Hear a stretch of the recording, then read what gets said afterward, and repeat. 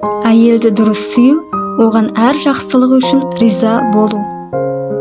Сізді тыңдағаны үшін, сізге ұрпақ сыйлағаны үшін, шаңырағыңыздың берекесін кіргізгені үшін, ырысыңызды еселегені үшін. Әйелдің істеп отырғанын шынайы түрде көріп, бағалап, алғыс айтып үйреніңіз. Үйде отырған әйелдің ісі еркектің көзіне көріне бермейді.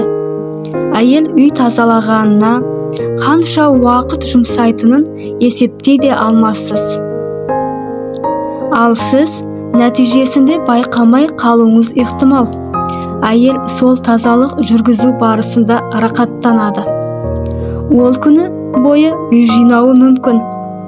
Ескі заттарды ақтарады, суреттерді көріп шығады, естеліктерге елітеді. Ол үйдің әр бұрышына үңіліп шығады. Картина өз орнында тұрмады десе, оны басқа жаққа іліп әуреге түседі. Бұның бәрі талай уақытты алады. Ал жұмыс нәтижесі сырт көзге білінбейді. Бірақ әйел өздігінен бір орында отыра да алмайды. Төсекке де қисаймайды.